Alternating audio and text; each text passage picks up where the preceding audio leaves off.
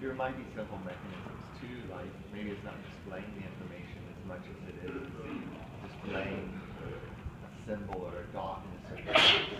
So maybe there's two positions or three positions, and one is saying you've got some task stored. The other is saying an alert has come to you, and then you push a button or you say something to it, and it gives you that message back.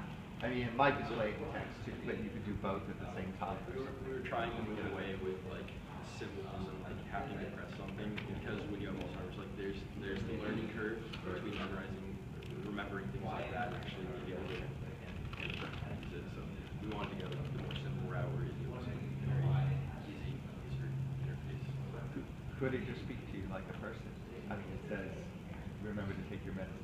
Yeah. Until you respond back to it, I've taken my medicine. Yeah, and then okay. Oh, either that or you'll bother them more because they'll be hearing voices. That was the thing we talked about. We didn't want to like say the message out because they already have like there was the research that they already there's problems with hearing. They have like there's little not voices, but there's sound ringing and sounds in their head that they hear a lot. So could it tie in? I mean, I'm just speculating at this point. Could it tie in with other technologies? So it ties in with my existing phone and my TVs, and the message just appears on the TV, whether I'm watching it or not. If the TV's on standby, it can just pop up. There's definite potential for that. And so there's ways. I don't know if that would be disturbing too, but you know, there's ways of getting reminders in other places, and this becomes the kind of tie between. It's like a GPS. It's the tracking or the tie between me and the other technologies, but all that gets slightly more expensive than putting it in one place probably. But and like with these earlier stages of Alzheimer's, there may be time to like help them get them used to that type of interface. In terms of your presentation, you've done a good job in showing the viewers about the interface for the provider. I think you're relying more on their visualization and their creativity to think what the final product will be for the end user, the patient. So my suggestion will be have like in the initial stages when there was a question, well, how large is the screen size, and you said you worked on it. It would be nice to have that in your presentation.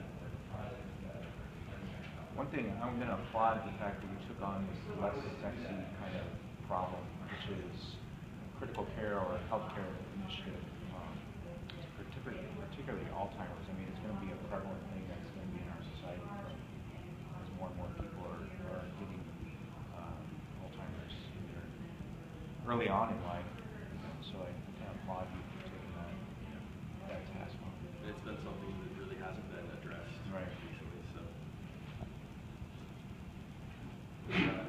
Did you look at the different models of viability, not in terms of the technology, but you know, you talked about increasing the service for the user, but the flip side of it is, you know, who pays for it is the insurance companies. Well, if it's a cheaper mechanism that keeps people out of care longer, yes, it's quality, but they have to have a certain price point in order to figure these out, and to do kind of whole studies on that, because empathy of the project implies, it's really, if I understand it right, sympathy of the project, which implies the user, the client user, which is the person who's paying for it or sponsoring it, and then the other users involved, which is the caregiver delivering the information. I mean, it's a whole cycle of kind of users and viability. Did you dive into that side of the problem just speculatively?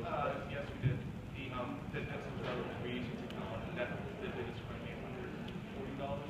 So since we're already using that technology, we have to add a couple of things. So that tag for the other price, but it's $100 service. Maybe the cloud service. Cloud service, so on and so forth. When healthcare, putting them in home early on is a lot more expensive than $500 to keep them out for 5 years. So reusing technology that's already existed is not going to cost. But it's interesting because that's the way to get the project funded and to get the project complete. So, you know, if an idea is there and you sell it to someone, look, this technology's here, let's put it together, it'll take a year of research time and development time, then we roll it out, and within the first 5 years, you're going to save this amount of money. And it's a good way of kind of